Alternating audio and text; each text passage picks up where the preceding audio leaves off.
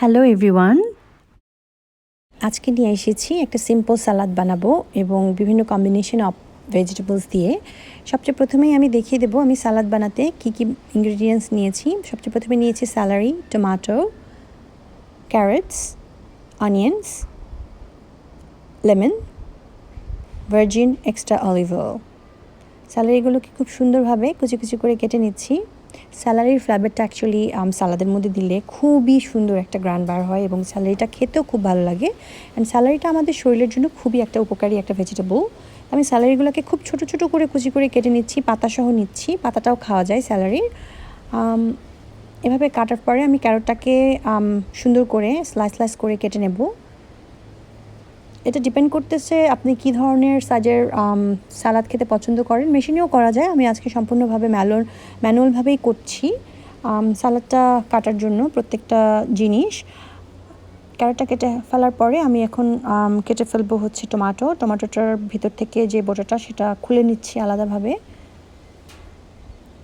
সালাদ কাটতে মেইনলি কাটাটাই হচ্ছে মেইন সময়টা লাগে এবং মিক্স করতে খুব একটা বেশি সময় লাগে না। এভাবে আস্তে আস্তে পিস পিস করে আমি টমেটোটাও কেটে নিচ্ছি এবং টমেটোর বিচিগুলোও খুব ফ্লেভার দিবে এই সালাদটার মধ্যে।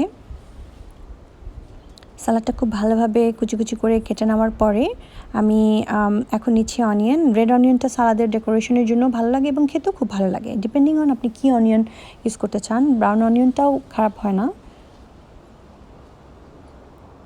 এভাবে আস্তে আস্তে অনিয়নগুলো আমি একটু বড় পিস করে রেখে নিয়েছি। তো অনিয়নটা কাটা শেষ। এরপর আমি এখন কাটবো হচ্ছে লেমনটাও কয়েক টুকরো করে রেখে দিব। এটা জাস্ট ডেকোরেশনের জন্য, আপনারা চাইলে ফ্লেভারটাও ইউজ করতে পারেন সালাদের মধ্যে। বিচিগুলো ছাড়িয়ে নিচ্ছি। এভাবে সবগুলো ইনগ্রিডিয়েন্টস কেটে ফেলার পরে আমি এখন সালাদের মধ্যে নেক্সট করব হচ্ছে সসগুলো মিক্স করব। আমি আপনাদেরকে এখন দেখিয়ে দেবো কী কী সস ইউজ করব সেগুলো। বালসামিক ড্রেসিং নিয়েছি, এটা খুবই একটা মজার ড্রেসিং। গ্রিক ড্রেসিং নিয়েছি। এই দুটো ড্রেসিং আমি একসাথে মিক্স করব, সাথে অলিভ অয়েল। সালাদগুলো একটা বলের মধ্যে নিয়ে নিচ্ছি।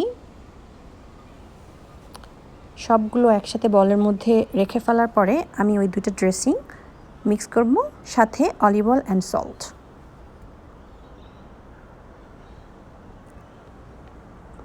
আস্তে আস্তে সবগুলো ড্রেসিং মিক্স করার জন্য একটা বড় ধরনের পাতিল দরকার।